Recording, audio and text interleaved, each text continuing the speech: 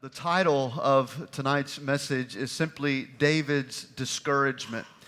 David's Discouragement. This is where we are in our study, and this is what the Lord has for us tonight. And so let's look together at 1 Samuel chapter 20 and verse 1. And David fled from Nahath in Ramah and came and said before Jonathan, "What have I done? What is my iniquity? What is my sin before your father that he seeks my life?" And he said unto him, "God forbid, thou shalt not die. Behold, my father will do nothing, either great or small, but he will show it unto me first. And why should my father hide this thing from me? It is not so." And David swore moreover and said, "Thy father certainly knoweth that I have found grace in your eyes. And he saith, Let not Jonathan know this, lest he be grieved. But truly as the Lord lives, and as thy soul lives, there is but a step between me and death." Then said Jonathan unto David, "Whatsoever thy soul desires, I will even do it for thee." And David said unto Jonathan, "Behold, tomorrow is the new moon." That's a feast. "And I shall not fail to sit with the king at meat, but let me go, that I may hide myself in the field unto the third day at evening. If thy father at all miss me, then say, David earnestly asked leave of me, that he might run to Bethlehem his city. For there is a yearly sacrifice there for all the family. If he say thus, it is well, thy servant shall have peace. But if he be very angry, then be sure that evil is determined by him. Therefore thou shalt deal kindly with thy servant, for thou hast brought thy servant into covenant of the Lord with thee. Notwithstanding, or unless, if there be in me iniquity, slay me thyself, for why shouldest thou bring me to thy father?" And Jonathan said, "Far be it from thee, for if I knew certainly that evil were determined by my father to come upon thee, then would not I tell it thee?" Then David said to Jonathan, "Who shall tell me? Or what if thy father answers thee roughly?" So Jonathan said unto David, "Come, let us go out into the field." And they went out, both of them, into the field. And Jonathan said to David, "O Lord God of Israel, when I have sounded my father about tomorrow, any time, or the third day, and behold, if there be good toward David, and I then send not unto thee, and show it thee, the Lord do so and much more to Jonathan. But if it please my father to do thee evil, then I will show it thee, and send thee away, that thou mayest go in peace, and the Lord be with thee, and as he has been with my father. And thou shalt not only while yet I live show me the kindness of the Lord, that I die not, but also that thou shalt not cut off thy kindness from my house forever. No, not when the Lord hath cut off the enemies of David, every one from the face of the earth." So Jonathan made a covenant with the house of David, saying, "Let the Lord even require it at the hand of David's enemies." And Jonathan caused David to swear again, because he loved him, for he loved him as he loved his own soul. Then Jonathan said to David, "Tomorrow is the new moon, and thou shalt be missed, because thy seat will be empty. And when thou hast stayed 3 days, then thou shalt go down quickly and come to the place where thou didst hide thyself when the business was in hand. And thou shalt remain by the stone Ezel. And I will shoot 3 arrows on this side thereof, as though I shot at a mark. And behold, I will send a lad, saying, Go find out the arrows. If I expressly say to the lad, Behold, the arrows are on this side of thee, or close to thee, take them. Then come thou, for there is peace to thee, and no hurt, as the Lord lives. But if I say this unto the young man, Behold, the arrows are beyond you, go your way, for the Lord hath sent thee away. And as touching the matter which thou and I have spoken of, behold, the Lord be between thee and me forever." So David hid himself in the field, and when the new moon was come, the king did sit down to eat meat. And the king sat upon his seat, as at other times, even upon a seat by the wall. And Jonathan arose, and Abner sat by Saul's side, and David's place was empty. Nevertheless, Saul spake not anything that day, for he thought, Something has befallen him. He is not clean. Surely he is not clean. And it came to pass on the next day, which was the second day of the month, that David's place was empty. And Saul said unto Jonathan his son, Wherefore cometh not the son of Jesse to meat, neither yesterday or today? And so Jonathan said to Saul, David earnestly asked leave of me to go to Bethlehem. And he said, Let me go, I pray thee. For our family hath a sacrifice in the city, and my brother, he hath commanded me to be there. And now, if I have found favor in thine eyes, let me get away, I pray thee, and see my brothers. Therefore he cometh not to the king's table. Then Saul's anger was kindled against Jonathan. And he said to him, Thou son of the perverse, rebellious woman, do not I know that thou hast chosen the son of Jesse to thine own confusion, and unto the confusion of thy mother's nakedness? For as long as the son of Jesse liveth upon the ground, thou shalt not be established, nor your kingdom. Wherefore now send and fetch him unto me, for he shall surely die. And Jonathan answered Saul his father and said, Wherefore shall he die? What hath he done? At that moment Saul cast a javelin, a spear at him to kill him, whereby Jonathan knew that it was determined of his father to also kill David. So Jonathan arose from the table in fierce anger, and did eat no meat the second day of the month, for he was grieved for David, because his father had done him shame. And it came to pass in the morning that Jonathan went out into the field at the time appointed with David, and a little lad with him. And he said unto the lad, Run, find out now the arrows which I shoot. And as the lad ran, he shot an arrow beyond him. When the lad was come to the place of the arrow which Jonathan had shot, Jonathan cried after the lad and said, Is not the arrow beyond thee? And Jonathan cried after the lad, Make speed, haste, stay not. And Jonathan's lad gathered up the arrows, came to his master, but the lad knew not anything. Only Jonathan and David knew the matter. And Jonathan gave his artillery unto the lad, and said unto him, Go, carry them back to the city. And as soon as the lad was gone, David arose out of the place, of course, where he was hiding toward the south, fell on his face to the ground, bowed himself 3 times, and they kissed one another and wept on one another until David exceeded. And Jonathan said to David, Go in peace. For as much as we have sworn, both of us, in the name of the Lord, saying, The Lord be between me and thee, and between my seed and thy seed forever. And he arose and departed, and Jonathan went into the city. I wonder tonight if you might, in light of our text this evening, be experiencing a season of discouragement. Perhaps there are some internal battles that no one else knows about that has you down, questioning some things, wondering if you're going to make it. Maybe it's not so much internal as it is external issues that you're dealing with. A lot of times we call these things fears. Fear of sickness, fear of death, fear of losing someone you love, or perhaps even fear of losing it all yourself. You know, there's a lot of things that can and will contribute to our seasons of discouragement. Physical, emotional, spiritual, they're all affected when we find ourselves depleted and down and discouraged, fearful, wondering at what's going to happen not only day by day, but moment by moment. Well, tonight, with the Lord's help, I want us to see a moment in David's life, as we read in the text together, when he was indeed discouraged, and what it was that helped him. So let's jump right into this as a form of an outline. Number one, just simply write down there in your notes the need for encouragement. The need for encouragement. As we are reminded in our study of the last several chapters, Saul isn't just out to get David. Saul is out to kill David. And so David comes to his dear friend Jonathan. And he wants to know, because Jonathan is the son of Saul.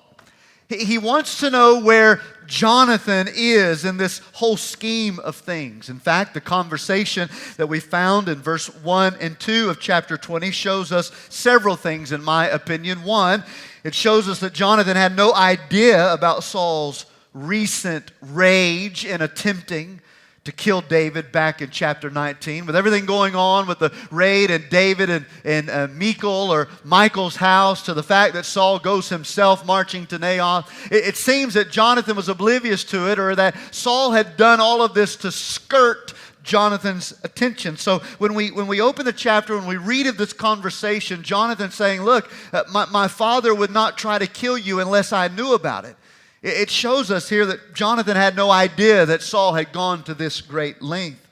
I think it also shows us that Jonathan was still a loyal friend to David, regardless of what Saul might be saying. And it's here when we come to verse number 3 of chapter 20 that we see the revelation of David's discouragement. David swore moreover and said, Thy father certainly knoweth that I have found grace in thine eyes. And he saith, Let not Jonathan know this, lest he be grieved. But truly, as the Lord lives, and as thy soul lives, there is but a step between me and death. That verse, that statement, that line, it underscores the intensity of David's discouragement. He says, Jonathan, I need you to know that when it comes to your father, you may not be aware of what's going on, but I'm on the receiving end of this. And when it comes to your own father, there's but a step between me and death. In other words, David feels like the very next step he takes could very well be the step in which his life is murderously taken from him. David's discouraged. I don't know if you've ever been in that type of position in life where you feel like, I don't know that I could even go another step without feeling like death is knocking at my door. He's discouraged. And by the way, who can blame him? Let's just retrace our steps for just a moment. 3 times Saul tried to pin him to the wall with a spear. 2 times he sent David on a mission for the very purpose of putting him in a position just to be killed by the Philistines. 3 other times he enlisted others in various schemes and plots for the purpose of trying to kill David. And when all of those things fell, Saul himself even marched to Naioth in hopes to attempt a threat on David's life. If it were not for the Spirit of God confounding Saul and protecting David, then perhaps Saul would have succeeded. Over and over again, it has been very clear. David knows it, Saul's servants know it, and Saul understands it. He's trying to kill David. He's scared. He's fearful. He's discouraged. And there's no questioning the fact that he is in prime need of encouragement. And he comes to his friend Jonathan. And he wants Jonathan to know how he sees things. That's the important thing when it relates to our ability to be able to encourage other people. One of the reasons I think that we fail so often at doing this in a helpful way is because oftentimes we can only see situations from our perspective. I've never gone through this. I've never experienced anything like this. So surely there's something wrong with you, right? Jonathan is here. He's his friend. He's his loyal friend. And David just wants Jonathan to know how he sees things. And that from his perspective, regardless of what Jonathan may or may not be aware of, that from David's perspective, he feels like I am just one step away from a murderous ending. So what we see very briefly, and I'm not going to prolong this, is that like most of us, and maybe some of us tonight, maybe not to the degree that David was. I don't know if anybody's thrown any spears at you today. But it doesn't negate the fact one iota that we all have moments and seasons, sometimes brief, sometimes lengthy, when we're in need of encouragement. All right? That's the first one, the need for encouragement. Write down number 2, and this will be our lengthy pause tonight, the gift of encouragement. The gift of encouragement. And this begins at verse 4. And what we see here is that God's gift of encouragement to David, it came from the faithfulness of a friend. Faithfulness of a friend.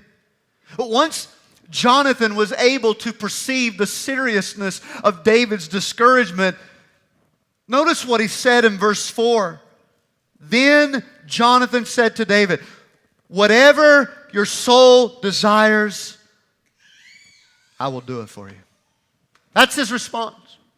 Whatever your soul desires, I will do it for you. In other words, whatever you need, David, I'm here to help. I'm listening now.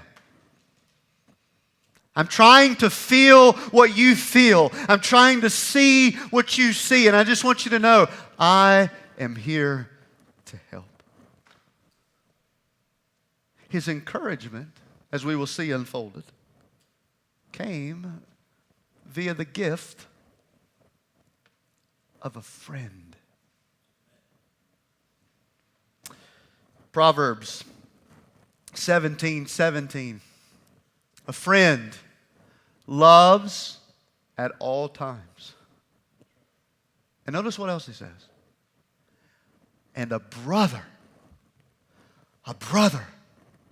is born for the day of adversity. Is David experiencing some adversity?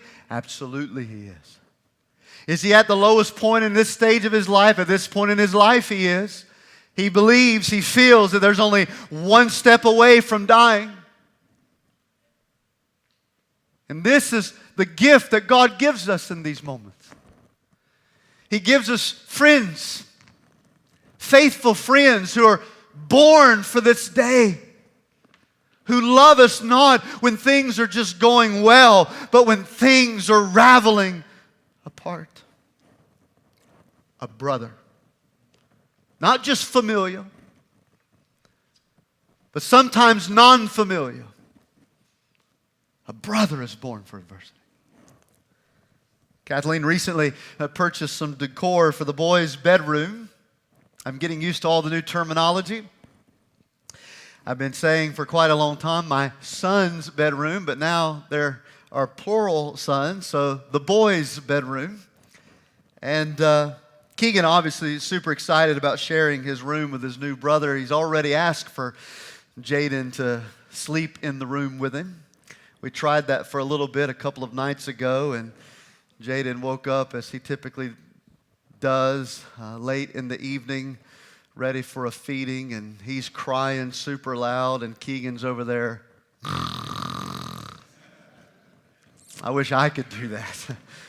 I'm awake every time Jaden is these days.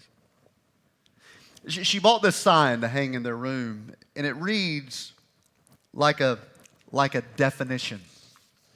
And it says, brother, a companion, a protector, and one who laughs at all your silly jokes, a best friend for all your days, and a person who will always be there to pick you up when you fall.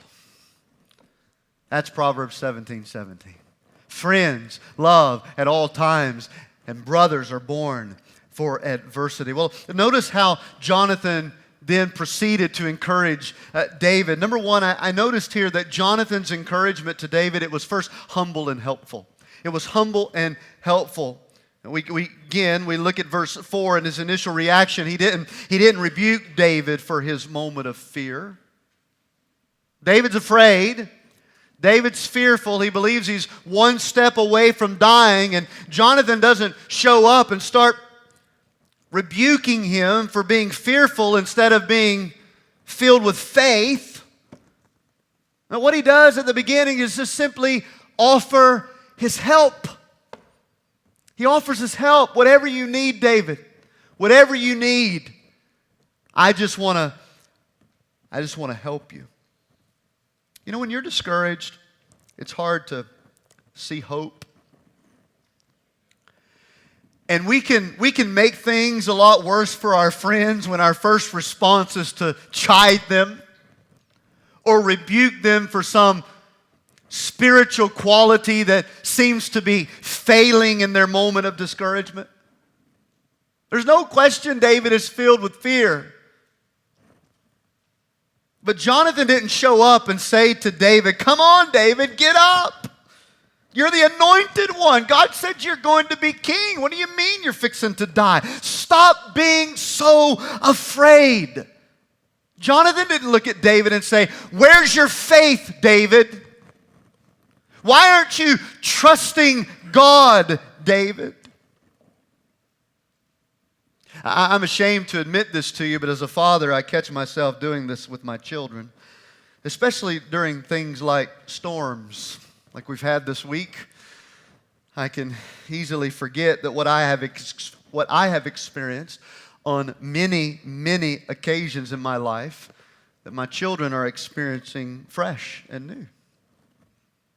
Maybe storms still scare you, and there are certain storms that I'll admit will make me a little anxious from time to time, but the typical summer evening thunderstorm rolling around with heavy winds and rain, how many times have we experienced that as adults? In fact, I've gotten to the point where that's my best time to sleep when it's raining and storming like that. Oh, but not my kids. Every time they see dark clouds rolling on, they start getting afraid. You think a tornado will come out of that one? Dad, is this a bad storm? Are we gonna lose the lights? Are we gonna lose the house? I can't sleep. I'm scared. Dad, we just want to stay with you. Can we just stay with you? And here's the poor father in me at times. Sometimes I'm like, come on, guys, stop. It's just a storm. Come on, quit freaking out. Everything's okay. The house is not going to go anywhere. We're going to be fine. Grow up. These are storms.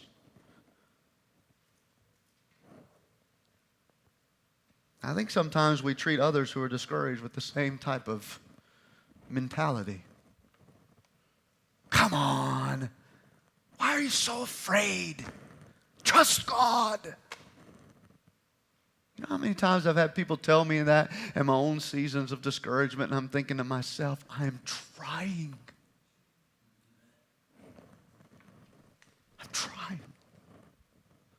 But I'm having a hard time right now.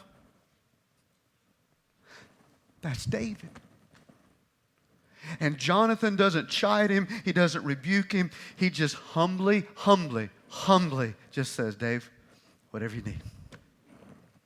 I want to help you. It's a good lesson for us that our encouragement ought to be first and foremost humble and helpful. Secondly, Jonathan's encouragement to David was motivated by covenant love. It was motivated by covenant love. So here's what David does. Jonathan comes and says, I just want to help you. David says, well, good, I've got a plan. And here's my plan. Here's how you can help me. He brings up this whole idea of the new moon feast that was the next day. And this feast was a Jewish feast in which the whole nation would celebrate and be present for. And David would have had to be present for it in the king's chambers, because not only is he one of the cabinet members, so to speak, as a faithful warrior in Israel, but he's also one of the son-in-laws of King Saul. But he's going to be absent. And the reason why he's going to be absent is something to do with a family sacrifice in Bethlehem. Now, when you read it on the surface, it may seem like that David may be making up this whole ordeal. I think there's arguments on both sides. It could very well be that there was nothing going on in Bethlehem, that this was just a part of the story. I don't know. There are also other instances in which the language is used, and it appears to be that David actually did go to Bethlehem for whatever his family was requesting, and decided on the third day to come back and meet with Jonathan as they requested. Either way, Jonathan isn't going to be in the king's palace for the new moon feast, David isn't, because he is planning to go to Bethlehem. Now, here's a part of the plan. David says to Jonathan, when Saul notices my absence, and if he is okay with it, then we'll know that I'm safe. That maybe Saul has moved on. He's no longer going to throw any more spears at me. However, if he notices I'm absent and he gets angry because I'm absent, then you, Jonathan, and I am going to know that he is determined to kill me. So David is hopeful that Jonathan will do this. And on the basis of the covenant that they made together back in chapter 18, David proceeds to ask a question in verse number 8. And the question is, David, will you do this for me? Are we still in covenant together? Because if you feel like I've broken your agreement or our agreement, or if I've done anything to harm the king and deserve this death, then you can go ahead and kill me yourself. Don't even worry about taking me to Saul. You just go ahead and do it if you feel like I've done anything to deserve this. If I've done anything to bring this upon myself. Jonathan reassures David that he's going to help him. And he says in verse 13, I promise you, I'm going to go and I'm going to report to you exactly how my father responds. And he even goes as far as to say in verse 13, I know the Lord will be with you. And what's puzzling, he says in verse 13, the Lord be with you as he has been with my father. Let's make sure we understand that, because what Jonathan is not saying is that Saul has been a godly king, as we would use that type of terminology. The Lord is with that young man. The Lord is with that young woman. We usually say that to mean God's hand is upon their life. They're godly and faithful. Well, when Jonathan says, may the Lord be with you as he was with my father, he is just acknowledging the spiritual anointing of kingship. So he says, you're going to survive, David. I promise I'm going to report it to you. Because it's my prayer that as God has promised, that the Spirit of God will be upon you as king, just like the Spirit of God chose Saul to be king. Now again, I want you to think just briefly. I cannot elaborate much on this. But think about the humility of Jonathan. Once again, we see him acknowledging David as the anointed king of God, which meant he is simultaneously accepting the fact that though he is in the family lineage to receive the throne, that's not what God has chosen. So, what could have been an even more intense, divisive element between Jonathan and David, like it was Saul and David, we don't see that. And the reason we don't see that is because, unlike his daddy, Saul is in tune with the will of God. And so he humbly and helpfully, out of covenant love, reassures David that he's going to help him. And that brings us to verse 18, and they make this agreement. They show one another steadfast love. Jonathan to David in the plan to discern Saul's intention, and David to Jonathan in the saving of his family and the new kingdom together. All is an expression of love. All is an expression of kindness. All reverting back to the covenant that they made together between them and God. And then they work out the details of the plan. The details is this. After 3 days of the new moon feast, David is going to hide in this field by the stone Ezel. What do we know about the stone Ezel? Absolutely nothing, all right? All we know is that this must have been some type of popular spot in the middle of this field that was well known to the kingdom, especially to Jonathan and David. And so whatever it was, wherever it was, Jonathan and David knew it, and that's all that God wants us to know about it. But they're to meet here on the third day. And what Jonathan's going to do is, after the third day, he's going to come there. He's going to shoot 3 arrows. We read this a moment ago. As if he's aiming at a target, all right? A mark. If he says to the servant boy that is with him, the arrows that I shot, they are close to you, go get them. Then David, who's hiding around this rock, he's going to be hiding behind it, listening to everything going on, not being seen by anyone. He said, when I shoot the arrows, when you hear me, if I say to the servant boy, the arrows are close to you, go get them, then David, you're going to know there is safety from Saul, and you can come out from the rock and we'll just go on back to the palace. If I say to the servant boy, the arrows are way beyond you, then David, you're in trouble. Can you imagine the anticipation of David as he's been sitting around that rock, whether it was for a few hours, a day, or 3 days, whatever it may be, and he's just waiting to see, what's Jonathan going to say? What's Jonathan going to say? Where are those arrows going to land? What's the lad going to do, the servant boy? Well, that was the plan. Write down number 3, this third part of Jonathan's encouragement. His encouragement was helpful, humble. It was motivated by covenant love, okay? Jonathan is doing all of this because he loves David as his own soul. But then I wrote down thirdly, Jonathan's encouragement was out of desire to help bear his friend's burden. Jonathan's encouragement was out of a desire to help bear his friend's burden. So the day came and Saul was in his place, Jonathan was in his, and Abner was in his, but David was absent. But Saul didn't say anything surprisingly on day number 1 because he thought due to the ceremonial laws of cleanliness that we read about in the book of Leviticus that perhaps David was unable to attend. And this was actually a compliment to David because Saul knew that David was intimately dedicated to God. He took the law of God seriously. And the Levitical law expressly said in Leviticus chapter 22 that absence from a feast was permitted for at least one day when uncleanliness in a person was found. So Saul's immediate thought was, look, David, my son-in-law is a godly man. He follows the law of God precisely. Of course, internally, that's part of Saul's problem. And he doesn't bring it up, doesn't say anything. David's gone. He's thinking to himself, whatever he's eating on, David must be unclean today. He'll be back tomorrow. But when he was absent on day number 2, Saul brings it up. And the reason why he brings it up is because the Levitical law says you're only able to be absent from one day of the feast when uncleanness is involved, not 2. So Saul knows something's up here, and this is where the plan is now enacted. Jonathan tells Saul that David had asked permission to go to Bethlehem for the family sacrifice, but Saul ain't buying it. He ain't buying it at all.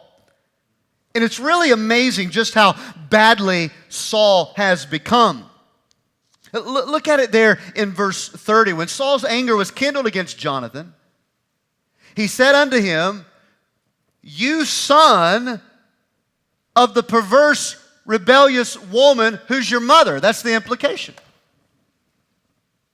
Now think about what Saul is doing here. He's literally cursing out his son at the degradation of his own wife. This is a little bit of a sanitized curse word than what is common in our culture. He looks at his own boy, his own son, and says, "You are the son of a perverse woman." His anger is also fueled by the fact that Saul can't believe Jonathan won't fight for the throne. He says that. Verse 31, "For as long as the son of Jesse lives upon the ground, you'll not be established, nor your kingdom. Why aren't you as eager as I am to kill him?" Now we know Saul's motivation was supremely about himself, but it's also as if here he's doing these things for the advancement of his own family name. Jonathan defends David. He says he hasn't done anything to you to deserve death. And it was at this point Saul attempts to take the life of his own son. Look at it in verse 33. We've seen Saul throw several javelins, spears at David, but verse 33 says, this time Saul casts a javelin at him.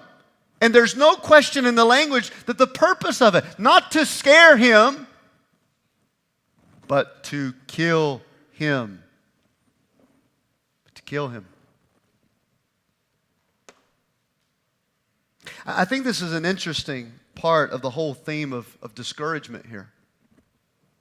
Because just hold on to this for a moment. We're wrapping this up.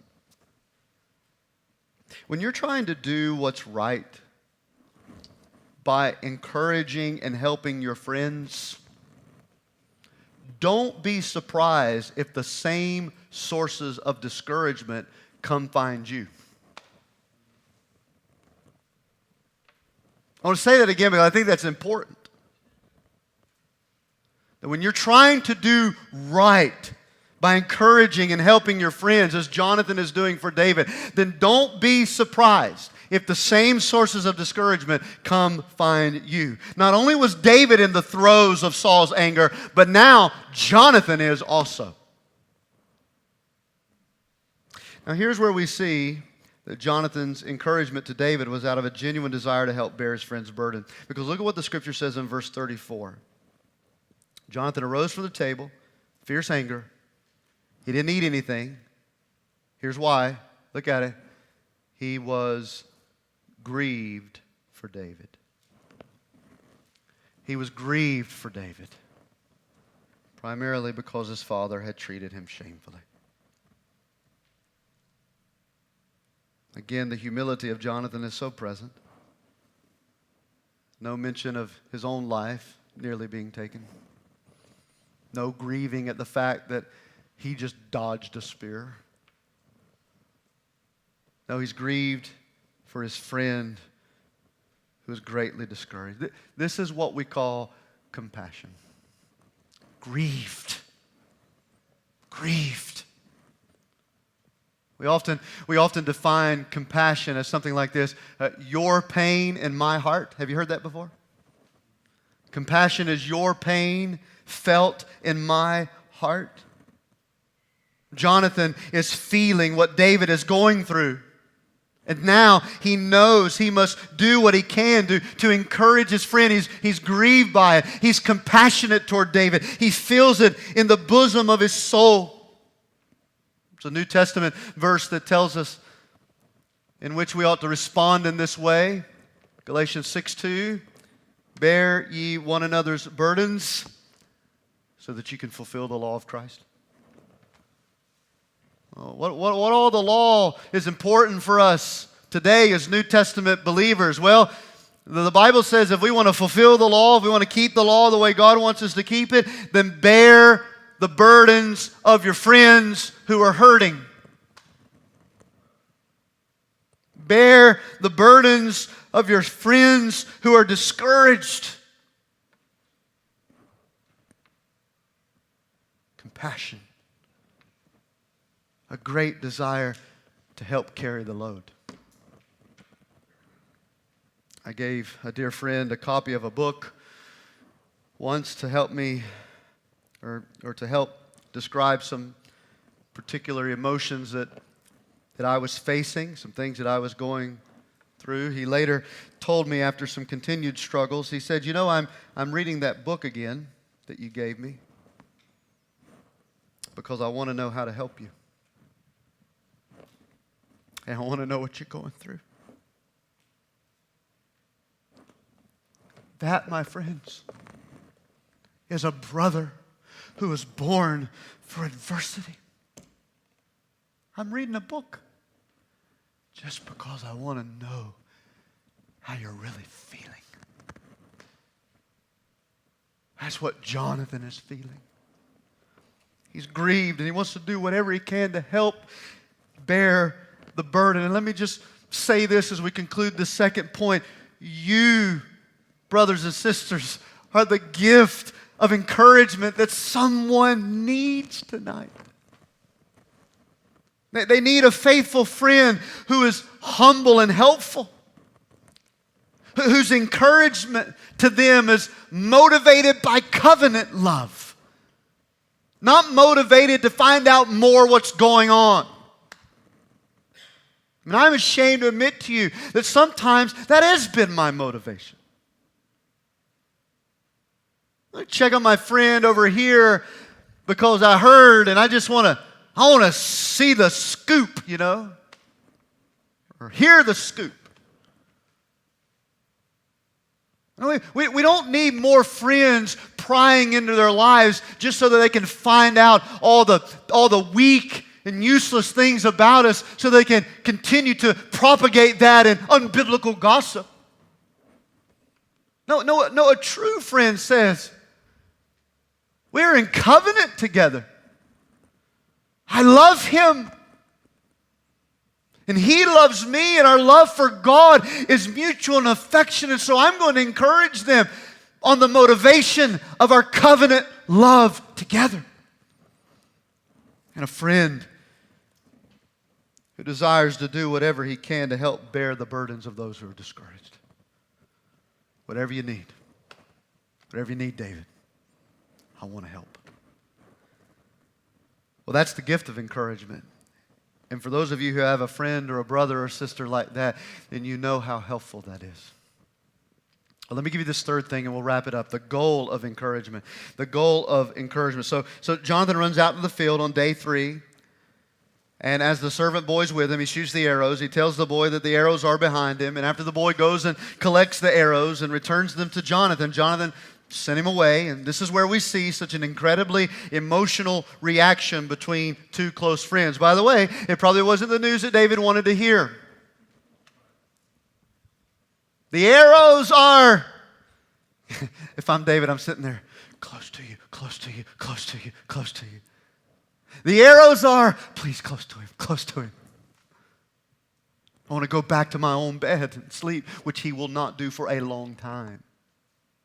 This is the beginning of a long run that God is sending David on. The arrows are beyond you.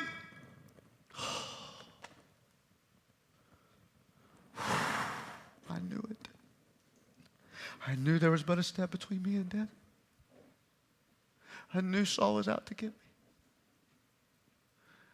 The servant gets the arrows. He runs home. Once the coast is clear, Jonathan runs to the rock and they embrace. Look at it there in verse 41. Look at this affection. We don't always celebrate these things as men, but I'm telling you. Oftentimes, this is why we harbor so many struggles in our lives, is we don't have this kind of friendship and relationship. There's no funny business going on here. This is two brothers in God who are bearing each other's burdens. Verse 41, as soon as the lad was gone, David arose out of the place toward the south. He fell on his face to the ground. He bowed himself 3 times. They kissed on one another. They wept on one another until David exceeded. That is, David more so than Jonathan.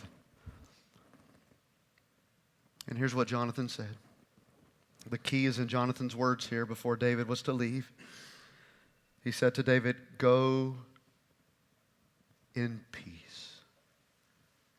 For as much as we have sworn, both of us, in the name of the Lord, saying, here is our covenant, the Lord be between me and you. Go in peace. Go in peace. And may the Lord continue to be honored by both of us. That right there, church, is the goal of encouragement. The goal of encouragement is to do what we can to bring peace to those who are discouraged. And David is going to leave, and I'm telling you, there's not going to be peaceful days in the sense of this going away anytime soon. But Jonathan was committed to this covenant with him. He was committed to their mutual worship of God. And he was committed to doing whatever he could to bring David to the place of peace. That's our goal when we write that note, when we pick up that phone, when we pull that brother or sister to the side at church, when we take them for a meal, buy them a cup of coffee, plead with them in our living rooms, cry with them, whatever. Our goal is, I want God to use our covenant. I want God to be so fixed between us that I can help him or her have peace in what is, no doubt, a discouraging situation. Well, the message has been primarily toward our necessity to be an encouragement to those who are discouraged. But let me just say to the discouraged for a moment, and then we'll pray. 1, the roads of discouragement that we walk are, in my biblical observation and experience, roads of God's refining purposes. God put David in this position to teach him how to fully depend upon God alone. After all, in God's timing, an entire nation is going to be depending upon him. So although David couldn't see it nor understand it, God is sending him on the run of his life because God had to teach David how to fully depend upon God if he was going to lead the people in a way that they were dependent upon him. God had to teach David to let God be his defense, his protection. As it relates to the throne, to let God be his promoter before the time came for him to be seated there himself. So remember, when we are discouraged, when these things are happening, even if it's in light seasons of affliction or those in which we feel like David is in this moment, I feel like the next step I take could bring death to me. Wherever we are on the spectrum, let us not forget that God knows where we are. He has placed us here. and it's for His refining purposes. There is a work He has to do in us that through no other means could be done unless He put us in this situation. The second thing I wrote down is, to those of you who are discouraged, let God empty you so He can use you. Let God empty you so He can use you. Even the last 6 months and some of the struggles that you know that I have been encountering for the first time in my life, I've often went to those closest counselors and confidants in my life, and even again this week to my own father, asking the question, why, and having to be reminded again of something that I know to be true, but I need to be reminded of these things, and that is God is emptying you. You've been in the way. God is emptying you of yourself so He can use you, and that is what happens to us even in unpleasant circumstances when we find ourselves discouraged. It is God's process of whether we call sanctification or whatever it may be. God is refining us. He is emptying us. He's putting us into possession where we will be best used for His purposes. And then I wrote down thirdly, embrace, to you who are discouraged, embrace the encouragement of others. Embrace it. One of the worst things we can do, and I've had to learn this the hard way, is to shelter ourselves in isolation during dark days. Especially men. I'm not gonna put this on anybody else. I'm a man. I'm supposed to be the leader of the home. I'm the pastor. I can deal with this. Yeah, you can, and then there's going to reach a point where you can't anymore. And so as a means of encouragement to those of you who are discouraged, you're trying to carry this burden alone. One thing that has been so helpful to me this year is learning how to talk. Learning how to open up to my Jonathans. It's weird when my name's Jonathan saying that, but you understand what I mean. Listen to what David had to say about this. Psalm 32 and verse 3, when I kept silent, my bones wasted away by my groaning all day long. When I didn't talk, when I didn't open up, when I kept quiet, it was when my inside was being eaten to pieces. So can I encourage those of you who are discouraged tonight? Talk to God. And talk to your Jonathan. Whoever he or she may be, 1, 2, or 3, bring this discouragement to them and let God use them in your life. And if a brother, as Proverbs said, is born for adversity, then may we never forget that Jesus is our friend that even sticks closer than a brother.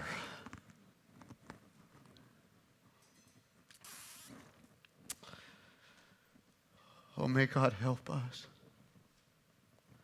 to cling to Him in days that we find ourselves hiding behind a rock, begging God for the errors to stay close. Let's stand together for prayer.